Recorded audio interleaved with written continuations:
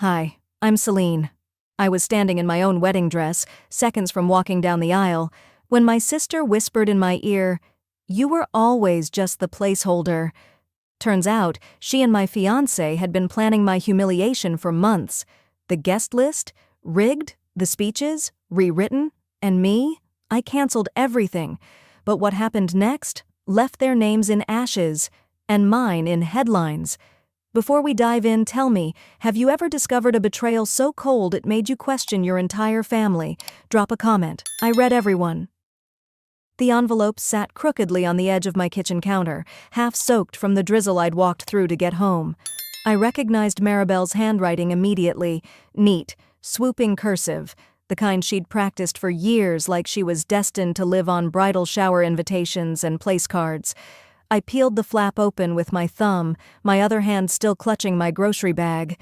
The card inside shimmered with gold foil. "You're invited," it read, in a font too elegant for the moment I found myself in. I turned it over. The date? 2 weeks from today. I froze. That couldn't be right. I dropped the bag onto the floor, eggs jostling dangerously in their carton. I flipped the envelope to look at the postmark. Stamped last Thursday. It wasn't lost in the mail. It was sent late, intentionally. My chest tightened, but I didn't cry. I just stood there, staring at that perfect, polished invitation, feeling like a guest in someone else's memory. I had helped plan this wedding. It wasn't a dramatic kind of help. There were no grand gestures, no big declarations. It was the quiet sort, the kind that no one notices until you stop doing it. I had researched venues, contacted caterers, even paid the initial floral deposit when Maribel was between jobs. She'd cried on the phone that night, said she didn't know what she'd do without me. I told her not to worry. That's what sisters were for. Funny how fast gratitude turns into amnesia. I walked to the fridge, opened it, and stared blankly at a half-eaten tub of hummus and a Tupperware of leftover quinoa. Dorian hadn't texted all day, not unusual lately. Since his promotion, our conversations had narrowed into dry check-ins and calendar overlaps. I figured he was just busy. I'd been telling myself that for 3 months now. Still holding the invitation, I sat down at the kitchen island. It was a small space, but it was mine. Clean lines, neutral tones, everything in its place. The wedding colors Maribel chose were inspired by my mood board, oat milk and rust, she'd said. I used to love how we shared a brain. Now it just felt like theft. A ping broke the silence. My phone buzzed with a notification from Claire, a mutual friend from college who somehow stayed close with both of us. The message was a short video, no caption, just a clip. I clicked it, more out of habit than interest. The screen showed the rehearsal dinner, warm lighting, people in linen dresses, someone clinking a glass. Then Maribel stood, champagne flute raised, her eyes gleaming under fairy lights. "To Celine," she said. The room quieted. The placeholder, the perfect warm-up act before the real show begins. Laughter. Not the polite kind, the mean kind, the kind you recognize even without sound. My grip on the phone tightened. I rewound it, watched it again, and again. There were no apologies in her eyes, no jest behind the smile. She meant it, every word. Still, I didn't call her. I didn't scream. I didn't ask for an explanation. I just sat there and let the humiliation sink into my bones like a slow-moving tide. When the video ended, I opened my wedding planning journal, the one with the linen cover and the floral embossing. I flipped through page after page of detailed budgets, color swatches, timelines, and then, slowly, deliberately, I began crossing things out. One line at a time. I crossed out the vendor names, the seating chart, the curated Pinterest board. Then I closed the book and slid it into a drawer. It was almost midnight when I opened the cloud drive shared by the family. Photos, documents, memories. I selected the folder labeled Family Wedding Memories. It held everything from our childhood weddings as flower girls to scans of Grandma's vintage veil. I clicked Delete. The system asked, "Are you sure?" I clicked yes. The laptop fan whirred faintly in the background as I shut the lid. My apartment was quiet. Still, but my mind wasn't. I wasn't going to ruin her big day. I was going to let her do it herself. I shut the laptop lid slowly that night, letting the dim light from the screen fade into the soft glow of the lamp beside me. The apartment was silent except for the faint hum of the fridge. Dorian wasn't home. Again. His late meetings had become the norm since his promotion. I didn't bother calling to ask if he'd eaten. I knew the answer would be short, cold, mechanical. Instead, I reopened the laptop and stared at the screen again, this time zooming in on the digital guest list I'd helped compile months ago, back when I still believed I was part of something. The spreadsheet was clean, the color-coded RSVPs neatly arranged. Except now, names were missing. Ellie and Janine, my college roommates who'd RSVP'd right after the save the dates went out, gone. I scrolled further.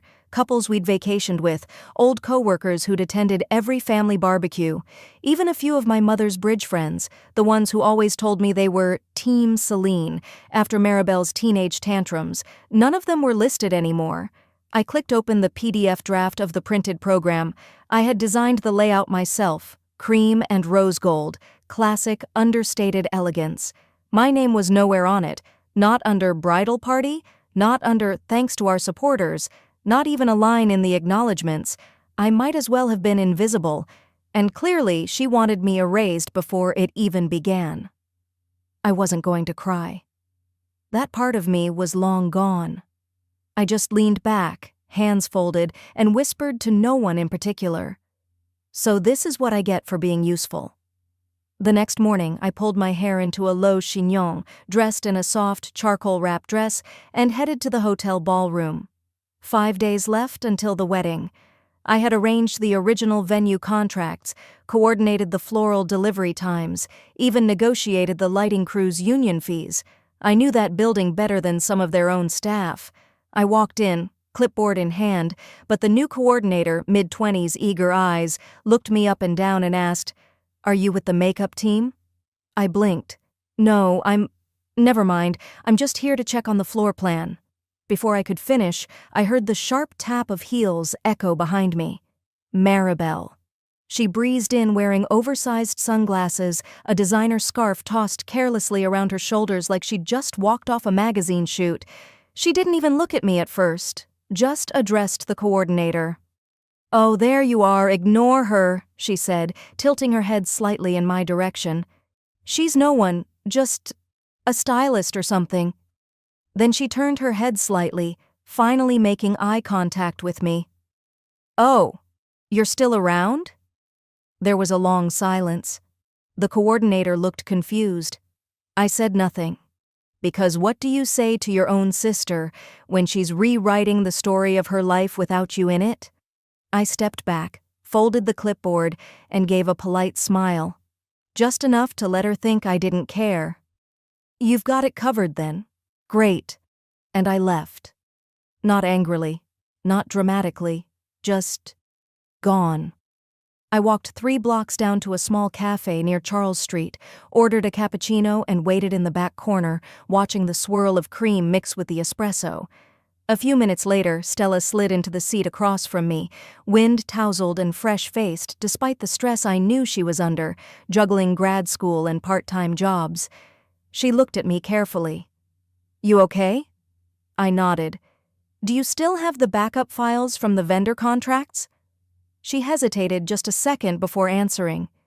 "Yeah. Everything's in the shared folder. Why?" I sipped my coffee, held her gaze. "Because I might need them, and because there's a version of the truth they're trying to erase." Stella leaned in. Her voice dropped. "Celine, I've heard things, stuff from Aunt Nancy. They said you were too controlling, that you were jealous of Maribel getting married first." I let out a soft chuckle, but it was hollow. "Let them talk." Stella reached for my hand. "You didn't deserve this." That's when I knew I wasn't completely alone. Later that evening, back in my apartment, I lit a small lavender candle, opened my laptop again, and pulled up the event spreadsheets. The original timelines, the invoices, the backup vendors. I made 3 phone calls, short, polite, direct. Then I wrote 1 email, Simple, effective. Please place everything under hold. Do not proceed further unless I directly confirm. I didn't sign it with warmth, just my name. That night, I didn't dream about walking down the aisle or toasts or bouquets. I dreamed of a stage being set and someone else stepping into it unaware the scenery had shifted. Let them walk into the party they designed. Unaware the floorboards had already shifted. The next morning, Boston air hung thick with humidity, and even the sun seemed hesitant to rise. I sipped my lukewarm coffee by the window, eyes scanning the inbox out of habit more than purpose, when a text from Maribel popped up. "Hey, last-minute fitting at 10 a.m., boutique name is in the calendar. Don't be late." Not, "Please," not, "Thanks for helping with the seating chart for 6 months." Just that. Still, I showed up. Because that's what I always did, until I didn't anymore. By 10 sharp, I was stepping into the boutique's high-ceilinged entrance, its white marble floors echoing under my sandals. A tall woman with a clipboard approached with the kind of expression you save for lost tourists. "You're Celine, right?" she asked after a pause, as if the name itself didn't belong here. I nodded politely. "Great, follow me," she said, then called over her shoulder, "Rita, bring out the clementine." That was strange. Clementine wasn't the soft sage green dress Maribel and I picked months ago for the bridal party. It sounded like something from a fruit crate. Inside the fitting room, I blinked. A dress bag hung like a warning. Rita unzipped it with a proud flourish.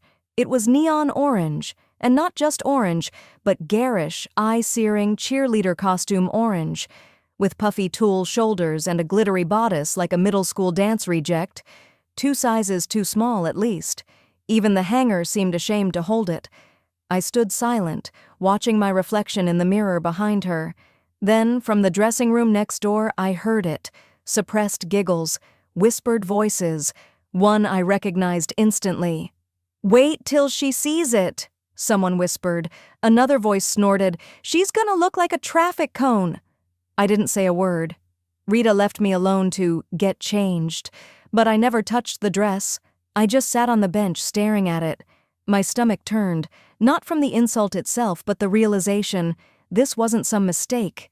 It was deliberate. A part of me, an old dusty part, expected that maybe this time would be different. Maybe adulthood would have polished away the cruelty, but no, it had just grown sharper, better dressed, more passive-aggressive. I exhaled slowly, stood up, smoothed my skirt, and walked out of the fitting room. "Oh," Maribel said brightly, sipping her iced matcha by the mirror wall. "You're done already?" She looked me up and down, her eyes pausing on my unaltered clothes. I caught the flicker in her gaze, the satisfaction. "I didn't try it on," I said flatly. "Oh? It's what we had in your size?" "It's 2 sizes smaller," I replied, "and it's not the color we picked." She blinked, mock confusion flickering across her features. "Really? I thought Clementine was so fun. Weddings are supposed to be festive, right?" Then she turned back to the mirror like I wasn't even there. I left without another word. Later that evening, I met Stella at the coffee shop off Tremont, the one with brick walls and uncomfortable stools that somehow made everything feel more urgent. We sat tucked near the window, the sun casting long shadows across our half-finished pastries. "I need you to see something," she said after a few moments of quiet. She slid her phone across the table. "Open screen, group chat, labeled, bridesmaids. Maribel, wait till she sees her circus dress, placeholder fashion at its finest. LOL. Kylie, she'll cry in the bathroom, just like old times. Chelsea, God, I forgot how sensitive she used to be." I stared at the screen for a long moment. The letters blurred for a second, but no tears came, just quiet. I handed it back, slowly. "Thanks for showing me." Stella looked stricken. "Celine, I didn't mean to." "You did the right thing," I interrupted gently. "It's better I know." She lowered her gaze. "You don't deserve this." "I know," I said simply. The truth was, this wasn't the first time. My memory took me back, unexpected, uninvited, to a spring afternoon during junior year. Prom dress fittings? Back then, Maribel had convinced me to pick a gown from a rack she'd specially picked. Turns out she'd sewn fishing line inside the hem. When I twirled, it stiffened the bottom like a lampshade. I didn't cry then, either. I laughed, played it off, told everyone I thought it was funny. But inside? That night, I left prom early and watched reruns of Frasier on the couch with my dad. Now, standing in the boutique earlier, I'd felt that same sting, but something else too. I wasn't sad. I was done. Back home, I sat at the kitchen island with a half-eaten protein bar and my laptop. My fingers hovered for a second over the keyboard, then I pulled up my shared legal folder.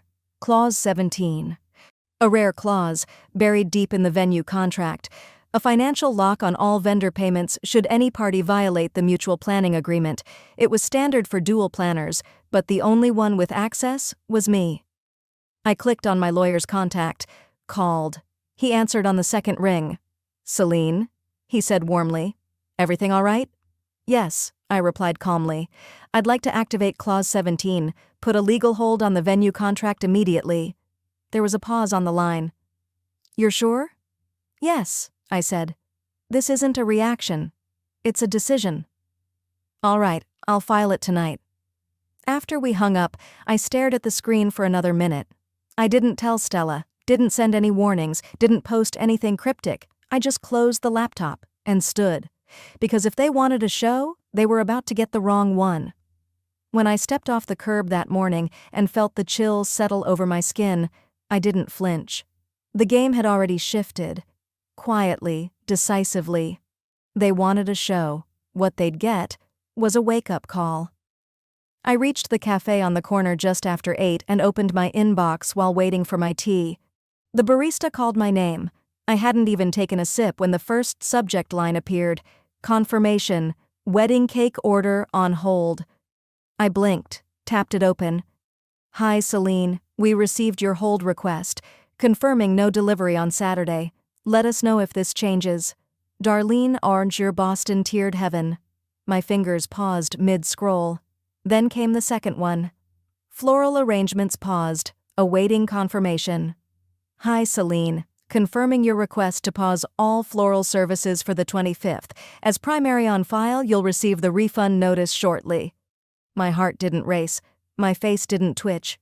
I just sat there, quietly stunned, because I had forgotten just how many pieces I had put my name on, the cakes, the florals, the linen rentals, even the live jazz trio.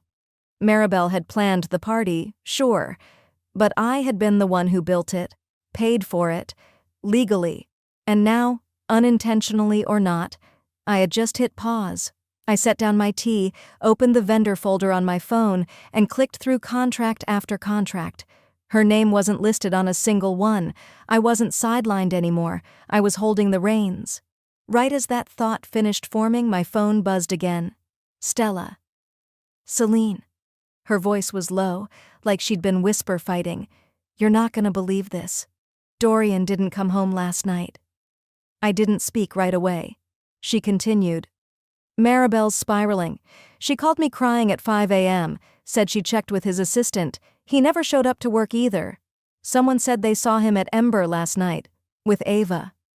My fingers tightened on the phone. Ava, another bridesmaid, one who'd giggled too hard at every passive dig Maribel made, the same one who'd said I'd cry in the bathroom, just like old times. Where's Maribel now? At her place, probably calling every hotel in Boston. She asked if I've seen him. I told her no. Then she asked if you did something. "Something like what?" I asked dryly. "You know her," Stella said. "When things go wrong, someone has to wear the blame." I ended the call, pulled open an old app Dorian and I used to use when we'd travel apart, shared location. I hadn't touched it in over a year, but it hadn't been deleted either. Last ping, 11:17 p.m. Hotel Elliott Rooftop Bar. Not home, not the office, not even close. I didn't feel hurt. Not this time, because it wasn't about him being gone. It was about who he chose to be with, and how easily that revealed everything I'd once doubted about myself was never mine to carry.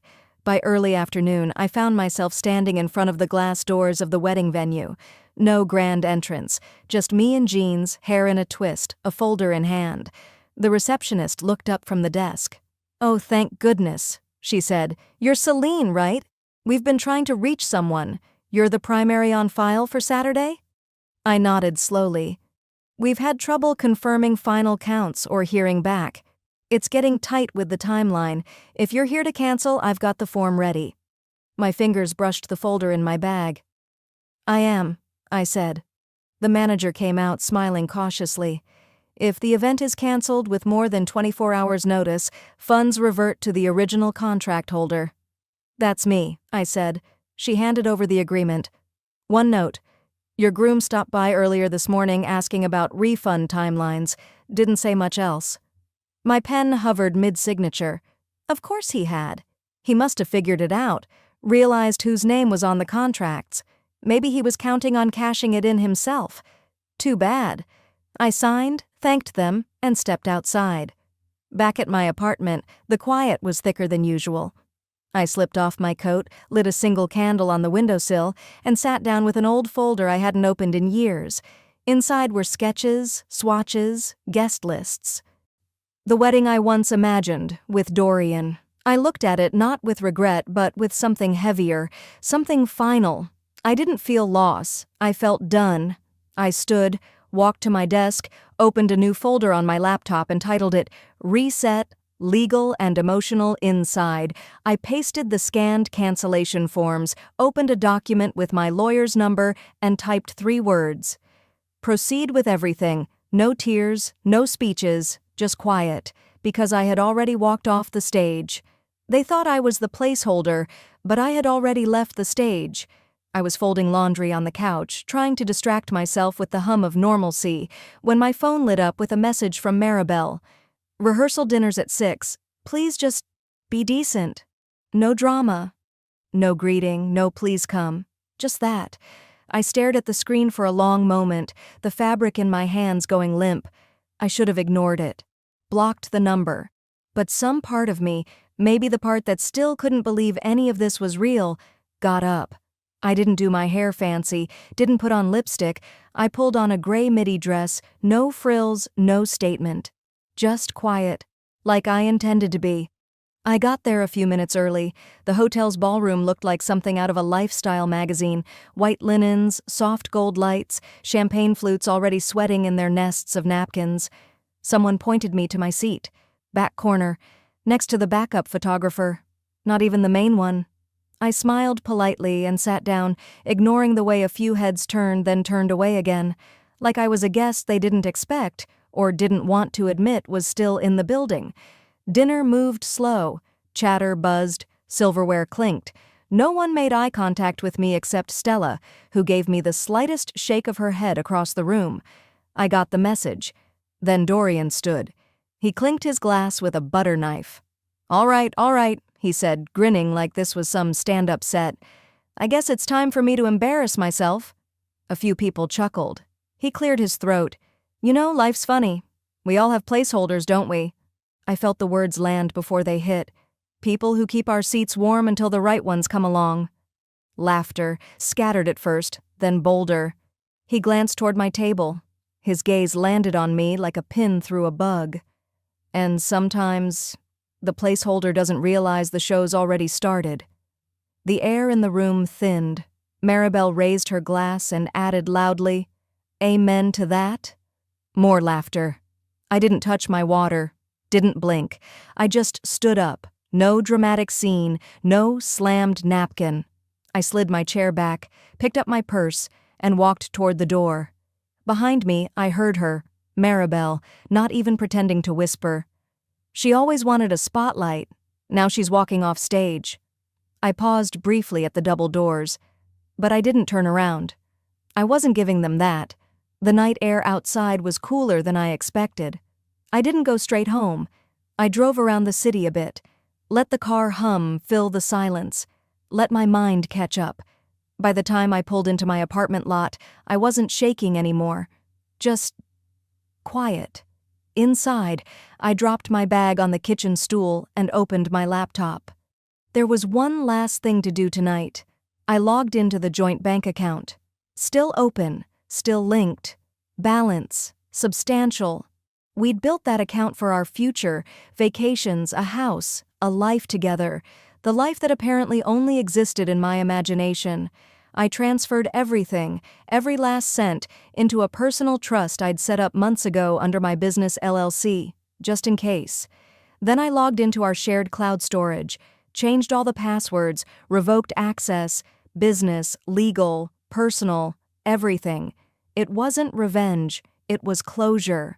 I stared at the screen for a long minute before dialing one final number. It went to voicemail. "Hi, Dana. Go ahead with everything we discussed. Cancel, freeze, transfer. I'm done." I ended the call. Then I picked up my phone again and scrolled to Stella. Me. "Don't go to the venue tomorrow, just trust me." There was a pause. Then, Stella. "You okay?" Me. "Getting there." I turned off the lights and sat in the dark with just the flicker of a candle on the windowsill. Its flame moved slow, steady. Let them toast tomorrow. If they could still afford the champagne. That thought echoed in my mind the next morning as I sipped my tea on the front porch. A light fog curled around the hedges. Birds chirped like the world hadn't just turned upside down last night. I didn't check the time. I didn't have to. I already knew what was about to unfold over in Cape Cod. Meanwhile, my inbox pinged quietly. "Celine, just FYI, the florist called. They said they redirected all deliveries to a local shelter. Smart move." That was from my assistant. Another ping, a forwarded receipt from the venue's cancellation confirmation, time-stamped 36 hours ago. Every detail was airtight. Across the coast, in a pristine Cape Cod venue flanked with white rose hedges and marble statues, people were arriving in polished suits and floor-length gowns. Cars lined the gravel entrance, heels clicked against stone, and champagne bottles sat chilling in silver tubs no one would open. It was 11:02 a.m. when the first sign of confusion crept in. A middle-aged man in a navy tux asked the concierge, "Excuse me, which ballroom is the Wyatt Mendoza wedding in?" The manager blinked. "I'm sorry, sir, there is no event by that name on today's schedule. It was canceled 2 days ago." Gasps, then murmurs, then louder voices. Someone pulled out their phone. "No way, I just confirmed this invite yesterday." Another guest, a woman in a blush pink sheath dress, said under her breath, "This better not be some weird wedding prank. I flew in from Chicago."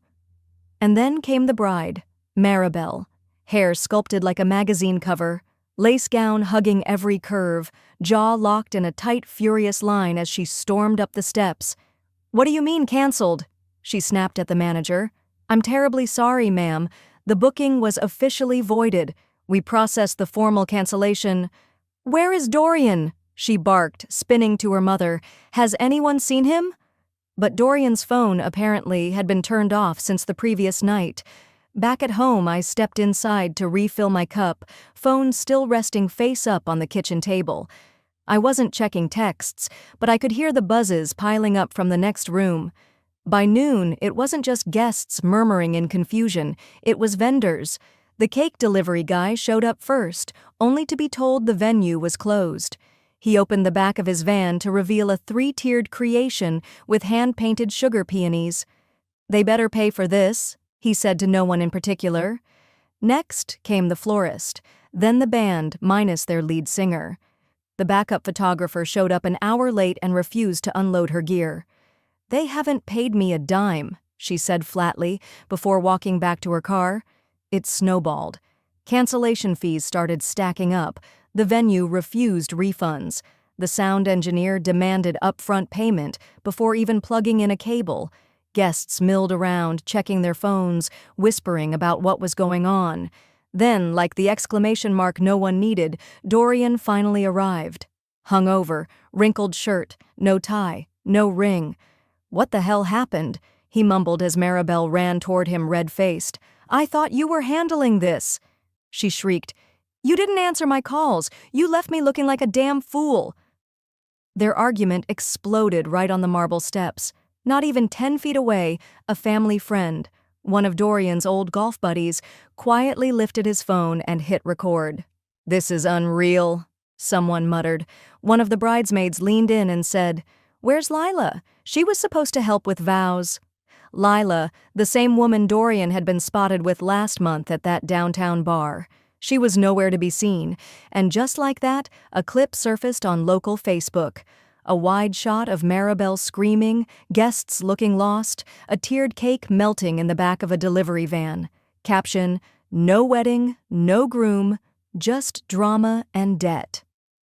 I watched the clip that evening from my kitchen island, arms folded, phone propped against a fruit bowl. I didn't laugh. I didn't cry either. It felt distant, like watching a stranger's storm from a dry porch. A message lit up from Stella. "You're trending in spirit. Maribel's meltdown is all over the Cape Cod subreddit." I turned off the phone, walked out onto the porch. The sun was starting to dip behind the trees. Warm wind brushed my face. I sat down with the documents I'd been waiting to sign. The final freezing of the joint account, the removal of Dorian's name from everything he once shared with me. I signed every page slowly, without flinching. He'd never see another dollar of mine. And as I sealed the envelope for overnight delivery, I felt it. Not revenge, not spite, not even victory, just relief. They'd built a stage for themselves and assumed I was the extra in the background, but I'd walked off before the curtain ever lifted. They didn't even notice I was gone until the spotlight hit their own mess. And now? Let them raise their glasses tomorrow, if they can still afford the champagne. I didn't bother checking social media that morning. I brewed my coffee, fed Milo, and slipped into a navy blouse, something quiet but firm. Clara Jensen's office was downtown, nestled between a dentist's office and an insurance firm. The kind of place no one pays attention to, until they have to. I parked in a metered spot, glanced up at the modest sign reading Jensen and Avery Legal, and took a breath. Today wasn't about vengeance. It was about release. Clara welcomed me in with her usual calm, her silver-streaked bun perfectly in place. "Celine," she said, motioning to the chair across from her desk, "ready to tie the final knot? On your terms this time?" I sat, smoothing the fabric on my lap. "Let's do it." She passed over a file, tapping the pages in rhythm. "We've filed the termination notices to the vendors. Your name was only listed as a third-party emergency contact. That saved you." I nodded. "The civil protection order is in progress. Your recordings of Dorian's verbal outbursts from last year? Those were solid evidence. I almost deleted them." "But you didn't," she said, "and now they speak for you." She flipped to another document. "As for the trust, your private one remains untouched. Airtight. Maribel and Dorian never had access." That last sentence landed like a soft exhale, a release of something heavy I'd been holding too long. Clara glanced up. "You don't owe them anything, Celine. Not legally. Not morally." I folded my hands. "Then let's finish it." We signed what needed to be signed. Each stroke of the pen felt like a piece of the past folding itself closed. By noon, I was walking back to my car when my phone buzzed. "Stella, you've got to hear this," she said without hello. "Maribel's on a rampage, calling people saying you destroyed her life." I let out a quiet laugh. "And people believe her?" "Not after that wedding disaster clip went viral. Oh, and vendors started sharing their unpaid invoices online. A florist even posted, 'Not a rose petal paid for.' It's brutal." I pulled into my driveway as Stella kept talking, but paused when I saw a cream envelope on my doorstep. No stamp. No name. "I've got something here," I told her. "I'll call you back." Inside, I sat at the kitchen counter and carefully slid a letter opener under the seal. One line, slanted cursive, "You'll always be jealous, even with your stupid spreadsheets." I stared at it. The handwriting was unmistakable. Maribel's half-rushed flair, always trying too hard to be elegant. I placed the note in the shredder without a word. It buzzed and crunched it into ribbons. Back in control. The next morning, I made my way to the courthouse clerk's office. This was the final step, filing the suit. The woman behind the desk wore round glasses and a cardigan peppered with cat hair. She gave me a once-over, professional but not cold. "Reason for your visit?" Civil filing, emotional damages, breach of verbal contract, and return of a $12,000 ring. She nodded and passed me the forms. And anything else? Yes. Cease and desist. Online defamation. She raised an eyebrow but didn't comment. As I handed back the completed stack, she glanced through them and smiled slightly. You're actually the third person this week to file against Maribel and Dorian. I blinked. Really? Yep, one caterer, one former bridesmaid, and now you. There was something comforting about that. Like I wasn't the only one who'd been burned and decided enough was enough. When I got home later that afternoon, the sky was just starting to darken.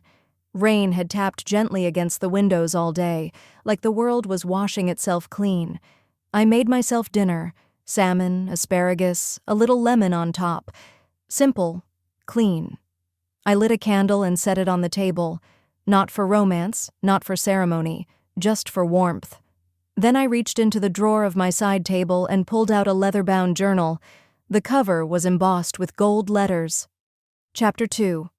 I cracked it open, ran my hand across the first page, and let myself breathe in the quiet. I didn't feel angry anymore. Not hollow either. Just still. They could scramble for their apologies, their lies, their social media spins. Let them. Because I didn't burn the bridge, I just let it collapse under the weight of their lies. 3 months passed in a slow drift of ordinary days. I planted herbs in my window box. I reorganized the spice rack. I even learned how to make my grandmother's pot roast the way she used to: low heat, red wine, no shortcuts. It was a Thursday afternoon when I found the envelope in my mailbox, cream-colored, thick stock, my name written in a font that tried too hard to look elegant. Family Summer Celebration, hosted by Maribel and Dorian. It was forwarded from my old address, and my cousin Hillary had slapped a neon pink sticky note on top. If you go, I'm bringing popcorn. I stood by the kitchen counter for a long while, reading and rereading it like the words might shift into something less ridiculous. Part of me wanted to ignore it, pretend it was just another passive-aggressive performance, sent to check if I was still breathing. But a quieter part of me, one that no longer needed revenge, felt oddly calm. I didn't RSVP, but I did book a small cabin in Vermont. Just a few miles away from the lodge they'd rented, close enough to smell the charcoal smoke, far enough to stay untouched. That Saturday afternoon, while they grilled and posed for photos and probably made toasts with iced-down champagne, I slipped on my sneakers and walked a narrow trail behind the lodge. The trees filtered the sun into speckled light across the dirt path. Every so often I'd hear a burst of laughter echo through the leaves. It sounded like someone else's story. I reached a small overlook that curved above the lake. I stood there, not expecting anything in particular, just breathing. The air smelled of grass and sunscreen. Footsteps crunched behind me. I turned, and there she was, Amber, one of the bridesmaids. I remembered her hugging Maribel tight at the bridal shower, swearing they were soul sisters. She slowed as she passed me, took off her sunglasses, and gave me a small nod. If I'd known what she did to you, she said quietly, I wouldn't have shown up either. Then she kept walking. That was it. No dramatics, no confrontation, just one sentence, spoken without pity, without performative guilt. It landed with a strange softness, like something gently coming undone. That night, after a light dinner of roasted vegetables and a glass of Pinot, I sat by the window of the cabin, laptop open. I typed out a message I never sent. I forgive you, but I remember everything. Stay well. I hovered over send, then closed the tab. Instead, I opened my photo gallery, picked a simple shot of my feet by the lake, the water still, the light warm. I posted it with a caption that felt true in every corner of my chest. Peace looks good on me. I turned off the Wi-Fi. Let the silence return. The next morning, I went into town for a coffee. The barista greeted me like I was a regular. I sat near the window, writing in my journal, when a text lit up my phone. It was from Aunt Marcia. Maribel and Dorian are getting sued again. Cake company this time. It's all over Facebook. Yikes. I stared at the screen for a moment, then powered it down and slid it into my purse. Somewhere people were probably refreshing their feeds, reading the comments, wondering what happened behind those picture-perfect parties. But I didn't need to know. Not anymore. I spent the rest of the afternoon walking slowly through a small art gallery downtown. The paintings were local, quiet scenes of farms, rivers, women sewing. I bought one of a lone apple tree in a field. It reminded me of something I hadn't yet put into words. That evening, back in the cabin, I curled into a soft chair by the window with a blanket over my legs. I lit one candle, not for ceremony, just for comfort, and opened my journal to a fresh page. Tonight, I felt free. Not triumphant, not angry, just unhooked. Sometimes closure doesn't come in the form of applause or confrontation, or even an apology. Sometimes it's the silence that finally feels like home. The fireflies blinked once more over the lake before I stepped away from the porch. I didn't burn the bridge. I just let it collapse under the weight of their lies. And when the silence finally settled around me, it didn't sting like I thought it would. It felt clean. That silence followed me, weeks later, into a quiet Boston morning. The keys in my palm jingled softly as I turned them in the lock. My breath fogged up the glass door slightly before I stepped in and flicked on the lights. The scent of fresh wood, a hint of lavender from a tiny diffuser, and the faint whir of the air purifier welcomed me like an old friend. This space was small. No marble countertops, no gold plaques, just a hand-built desk I finished with my own sander and patience. 2 armchairs, a ficus tree that seemed just as eager to thrive as I was. The morning sun filtered through gauzy curtains, soft and slow. My phone buzzed. First client of the day. She walked in like she was carrying the weight of 1,000 expectations on her back. Young, maybe 23. Trembling hands clutching a leather-bound planner. I invited her to sit. She was engaged. Wedding date in 6 months. She wanted everything perfect. Her voice cracked when she mentioned her mother-in-law. And again when she said her own parents were just disappointed she wasn't more like her sister. I didn't interrupt. I didn't nod in sympathy either. I let the silence stretch, the way my old therapist used to do for me. Then I said gently, "You don't have to prove your worth to anyone. Not to them. Not to family. Not even to yourself." She blinked at me, then exhaled, like no one had ever told her that before. When she left straighter, lighter, like someone had loosened the knot behind her heart. I stood at the window for a while, watching people cross the sidewalk outside. A mother with 2 kids, a barista delivering an iced coffee to a parked car, a couple arguing softly but still holding hands. Life continued, without a script, without an audience. Back at my desk, I finally clicked open the email I'd been avoiding. Subject line, apology. It was from Maribel. "You didn't deserve that. I was jealous. I hope someday you'll understand. I really do. No punctuation, no salutation. Just that." I read it twice. I didn't cry, I didn't curse, I didn't feel vindicated or vindictive. Honestly, I felt like I was reading a note someone might leave on a windshield. Regret scribbled in haste, not repair. I closed the tab, didn't delete it, just left it. That phrase, placeholder, had lived in my bones longer than it should have. I'd let it define me, let it seep into how I held myself, how I walked into rooms, how I stayed small to keep the peace. But now, with my hands free and no ring on my finger, I could look at it for what it was. Projection. Dorian had been the placeholder, fearful, forgettable, desperate for spotlight. I had just been convenient to blame. A buffer. I opened my journal and wrote, "If I was a placeholder, it was only for the life I was truly meant to live. And that life, it was happening right now." I packed my bag for lunch, grabbed my sunglasses, and stepped outside. The early autumn breeze brushed against my cheeks. The city buzzed, but nothing about it felt urgent anymore. Down the street, my team had already claimed a bench at the park. I waved, and one of them scooted over to make room. Sandwiches, iced teas, quiet chatter, no gossip, no tension, just shared sunlight. I felt it then, that old restlessness, the one that used to gnaw at me during family dinners, engagements, birthdays, the one that whispered, "You don't belong here." But now, it was gone.